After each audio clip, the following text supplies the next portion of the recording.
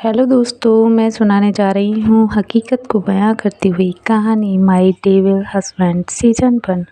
अभिमन्यु मनोहर को थैंक्स बोलकर call disconnect किया। तभी दरवाज़ा खुलने की आवाज़ आई। अभिमन्यु ने दरवाजे की तरफ देखा तो शांति ने पोहा लाकर टेबल पर रखा। पोहे की सुगंध पूरे रूम में फैल गई थी। अधीरा थोड़ी सी कसमसाई, फिर करवट बदलकर आंखें खोली। अभिमन्यु फ़ोन साइड में रखा और अधीरा के बगल में आकर बैठा। क्या हुआ अधीरा? आज उठने का इरादा नहीं है क्या? अधीरा अलसाते हुए बोली। नहीं अबीर जी, आज कुछ ठीक नहीं लग रहा। अभिमन्यु झट से अधीरा के माथे को छूकर देखा। क्या हुआ? सब ठीक तो है ना? अधीरा मुस्कुराते हुए बोली, या ऑफ कोर्स अबीर जी, लेकिन आज उठने का बिल्कुल भी मन नहीं है। अधीरा करवट बदली। मन में सोचने लगी, पता नहीं 2 दिन से कुछ तबीयत ठीक नहीं लग रही। सुबह ठीक लग रहा था, फिर अचानक से आलस आ रहा है। अभिमन्यु सुबह इतनी जल्दी उठकर फ्रेश हो गई तो अचानक से क्या हुआ? कुछ नहीं अबीर जी, आप पोहा खाइए, मैं बाद में खा लूँगी। अभिमन्यु अधीरा की तरफ देखकर मुस्कुरा दिया, लेकिन अधीरा अपनी उधेड़-बुन में लगी हुई थी। पता नहीं, मुझे कुछ अजीब सा एहसास हो रहा है जो आज से पहले कभी नहीं हुआ। करवट बदली। अभिमन्यु ब्रेकफास्ट किया, फिर जल्दी से तैयार होने लगा। देखो अधीरा, आज तुम्हें अपना ख्याल खुद रखना होगा, क्योंकि मुझे ऑफिस जाना है। मैं और ज़्यादा दिन नहीं रुक सकता। बहुत सारे काम पेंडिंग पड़े हुए हैं, उन्हें ख़त्म करना है। अधीरा बिना कुछ बोले, मैं खुद को संभाल सकती हूँ अबीर जी, आप जाकर अपने काम पर फोकस कीजिए। अभिमन्यु ओके तेज़ी से कमरे से बाहर चला गया। मैं दादी से बोलकर जाऊँगा, वो तुम्हारा ध्यान रखेंगी। अधीरा थोड़ी सी कसमसाई, आप मेरी फ़िक्र मत कीजिए, आप अच्छे से जाइए। अभिमन्यु ने मिरर में खुद को देखा, बालों को सेट किया। अधीरा शांत होकर अभिमन्यु को देख रही थी। फिर थोड़ी सी कसमसाई। अभिमन्यु जल्दी से तैयार होकर रूम से बाहर चला गया। अधीरा उठकर बैठी तो सिर चकरा गया। अपने सिर को पकड़ते हुए उठकर खड़ी हुई। हे माता रानी, मेरे साथ ऐसा क्यों हो रहा है? तभी कल्याणी जी रूम में आकर सोफे पर बैठी। अधीरा उदास चेहरा बनाते हुए कल्याणी जी के पास आकर बैठी। दादी, मुझे अच्छा फील नहीं हो रहा।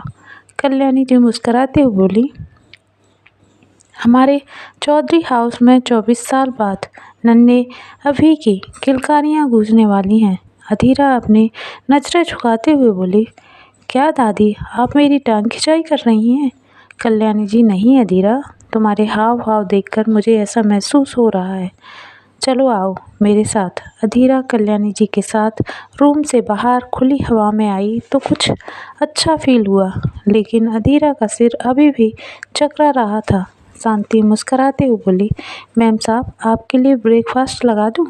कल्याणी जी, हाँ, हम दोनों के लिए लगा दो, और अधीरा के लिए ड्राई फ्रूट्स और जूस भी ले आना। अधीरा छोटे बच्चे की तरह बड़बड़ाते हुए बोली, हे माता रानी, ये क्या दादी, मुझे मोटा करना चाहती हैं क्या? और मुझे मोटा नहीं होना। कल्याणी जी डाइनिंग टेबल पर अपनी कुर्सी खींचकर बैठी। आओ अधीरा, तुम्हारे लिए ब्रेकफास्ट तैयार है। अधीरा शर्माते हुए, इतना सब कुछ कौन खाएगा? कल्याणी जी, तुम और बिना नखरे किए, हमें पता है ये हमारी उम्र का तजुर्बा बोल रहा है कि तुम्हें ऐसे टाइम पर क्या खाना चाहिए और क्या नहीं। कल्याणी जी ने अधीरा को हेल्दी डाइट दी, फिर चाट बनाकर रूम में लगा दिया। देखो अधीरा, हमें पता है तुम मॉडर्न ज़माने की लड़की हो, लेकिन तुम हमारी बात ज़रूर मानोगी। कल्याणी जी ने व्हाइट हाउस के सभी नौकरों को उनके काम ठीक से समझा दिए। अधीरा मुंह फुलाकर अपने बेडरूम में बैठी थी। पता नहीं दादी को क्या हो गया है, मुझे भी तो ऐसा एहसास होना चाहिए। यह सोचकर अधीरा के गुलाबी होठों पर हल्की सी मुस्कुराहट आ गई। अपने पेट पर हाथ रखते हुए, सच में मैं माँ बनने वाली हूँ। ये बात अगर अबीर जी को पता चलेगी तो खुशी का ठिकाना नहीं रहेगा, लेकिन अभी पूरा 1 महीना सब्र करना होगा। बिस्तर पर बिखरे हुए कपड़े समेटने लगी। अबीर जी के आने का वक्त हो गया है और मैं पागलों की तरह बिखरे बालों में बैठी हुई हूँ। अगर इस हालत में मुझे देख लिया तो ज़रूर चुड़ैल समझेंगे। जल्दी से फ्रेश होने वॉशरूम चली गई। बाथरूम से निकलकर बाहर आई तो अजीब सी बेचैनी जो पहले कभी नहीं हुई थी। अधीरा मिरर के सामने जाकर बैठी, फिर कुछ अधूरी ख्वाहिशों को पूरा करने लगी। अधीरा अपने मांग में सिंदूर लगाने ही वाली थी कि दरवाज़ा नॉकआउट हुआ। अधीरा उठकर दरवाज़ा खोली तो सामने अभिमन्यु खड़ा मुस्करा रहा था। अधीरा ने सिर हिलाते हुए पूछा, क्या हुआ? बड़े खुश नज़र आ रहे हो। अभिमन्यु, हाँ अधीरा, आज फाइनली मेरी सारी टेंशन ख़त्म हो गई। अब हम पूरी आज़ादी के साथ अपने हनीमून ट्रिप पर जा सकते हैं और मैंने सोच लिया है हम गोवा चलेंगे, फिर कहीं और। अधीरा शांत होकर अभिमन्यु की बातें सुन रही थी। तभी कल्याणी जी ने आकर कहा, अभी अधीरा कहीं नहीं जा सकती। अभिमन्यु दादी की बात सुना तो पीछे मुड़कर देखा। अधीरा शांत पड़ गई, जैसे उसने कुछ सुना ही नहीं हो। तभी कल्याणी जी मुस्कुराते हुए बोली, अभी मैं कुछ कह रही हूँ, अधीरा कहीं नहीं जा सकती। अभिमन्यु चौंकते हुए दादी की तरफ देखा। क्यों दादी, ऐसा क्या हुआ जो अधीरा मेरे साथ नहीं जा सकती? कल्याणी जी, तुम कितने नासमझ हो, अभी तुम बाप बनने वाले हो। अभिमन्यु ने जब ये सुना तो शॉक्ड रह गया। नहीं दादी, ये कैसे हो सकता है? कल्याणी जी, मतलब मैं कुछ समझी नहीं। अभिमन्यु अधीरा को बिस्तर से बिठाते हुए बोला, खुशी से झूम उठा। मुझे यकीन नहीं हो रहा कि मैं सच में डैड बनने वाला हूँ। लेकिन अधीरा की हंसी गायब थी। अभिमन्यु अधीरा को बिस्तर पर बिठाया। तुम यहीं बैठो अधीरा, मैं 1 सेकंड में आया। आज पहली बार अभिमन्यु ने मंदिर में कदम रखे, भगवान को सिर झुकाकर आशीर्वाद लिया और अधीरा के माथे पर माता रानी का तिलक लगाते हुए, तुम्हें कभी किसी की नज़र न लगे।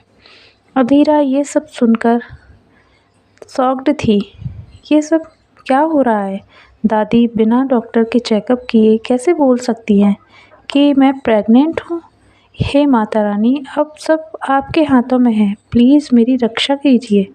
कल्याणी जी रूम से निकलकर बाहर आईं और अपना मोबाइल उठाकर ऋषि प्रताप सिंह चौधरी का नंबर डायल किया। ऋषि प्रताप अपने फाइलों के ढेर में सिर गड़ाए बैठे हुए थे। तनीषा इधर से उधर टहलते हुए बड़बड़ा रही थी, पता नहीं हमारे दिन कभी अच्छे नहीं आएंगे और हम ऐसे ही हालातों में जीते रहेंगे। ऋषि प्रताप के मोबाइल की घंटी बजी।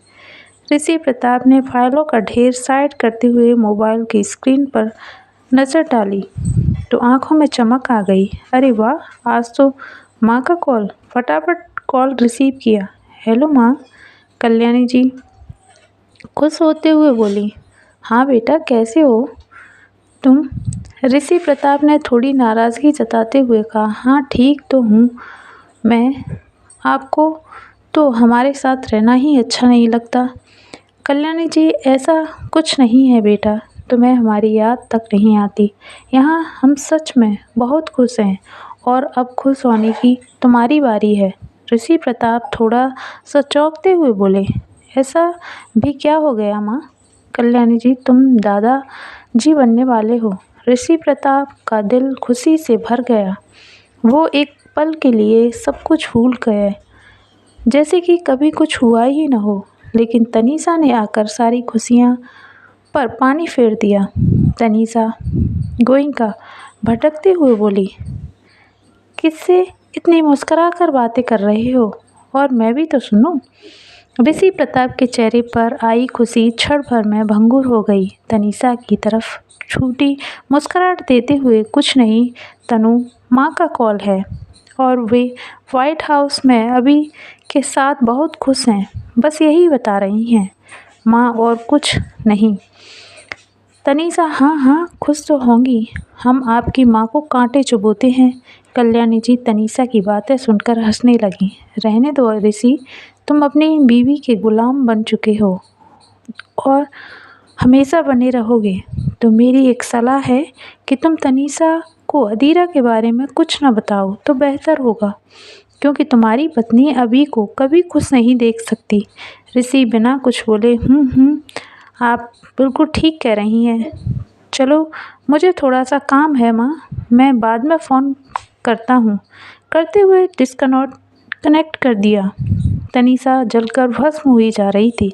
पता नहीं ये ऋषि जी अपनी माँ की इतनी साइड क्यों लेते हैं और इतनी माँ अभी के गुणगान क्यों गाती रहती हैं।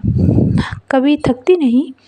उस अभिमन्यु और अधीरा को कभी माफ़ नहीं करूँगी। उसने मेरी फूल जैसी बच्ची की सारी खुशियाँ छीन ली।